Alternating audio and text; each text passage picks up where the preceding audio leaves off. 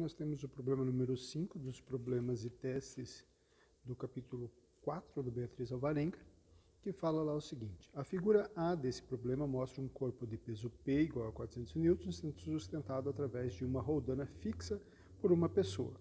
A roldana fixa torna mais cômoda a tarefa de sustentar ou elevar o corpo.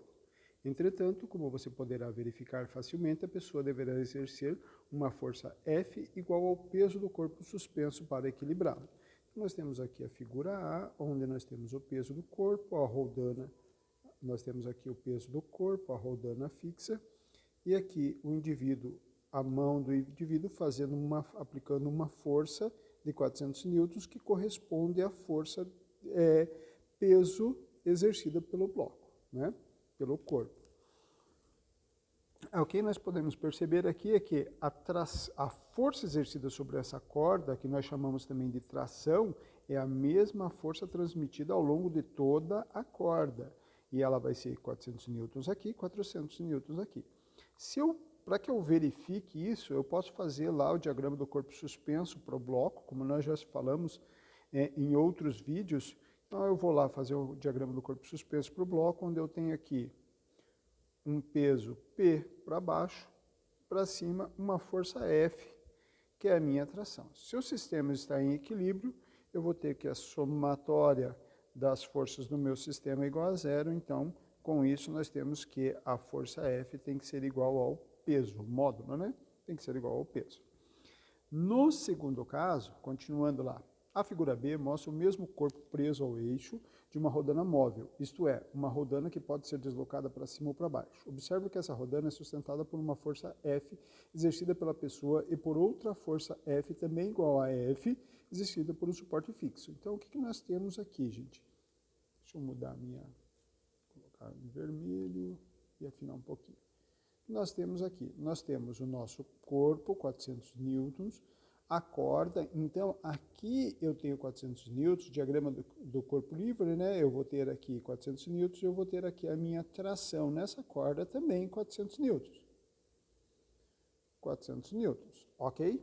A questão é que no diagrama do corpo livre para essa rodana, o que eu observo? Que eu tenho a tração da corda para baixo, mas ao mesmo tempo eu tenho duas forças para cima.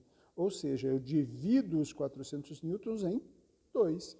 Então, isso significa que a força F que a pessoa vai fazer aqui vai ser 200 newtons, tá? Vamos lá, qual o valor da força F que a pessoa deve exercer para sustentar o peso suspenso no eixo da rodana móvel? Despreze o peso da rodana, não tem peso nenhum, então aqui a pessoa vai precisar sustentar 200 newtons. Aí aqui, para facilitar a elevação de corpos pesados, é comum associar uma rodana fixa e uma móvel, como na figura C. Nesse caso, qual deve ser o valor de F para sustentar o corpo suspenso? Então, qual é a vantagem de se fazer essa associação? E aqui pode ser um erro, né, onde a pessoa pensa assim, já que eu coloquei uma móvel aqui, eu divido por 2, aqui tem associado as duas, eu vou dividir por 2 de novo. Não, porque o que acontece? Da mesma forma como nós fizemos o diagrama de corpo livre aqui, nós temos o diagrama de corpo livre para o nosso corpo, 400, aqui 400, então aqui eu vou ter 400 newtons. 400 newtons para baixo. Ok, esses 400 newtons, da mesma forma, vai ser dividido aqui em 200 e 200 newtons. Ok? Para os dois lados. A questão é que nessa corda, da mesma forma que foi feito aqui, a tração aqui é a mesma. Então, a força que o indivíduo faz aqui vai ser de 200 newtons também. Daí, a pergunta é, qual é a vantagem? Se aqui eu tenho 200 newtons, aqui eu faço 200 newtons também, qual que é a vantagem de um para o outro? Existe alguma vantagem?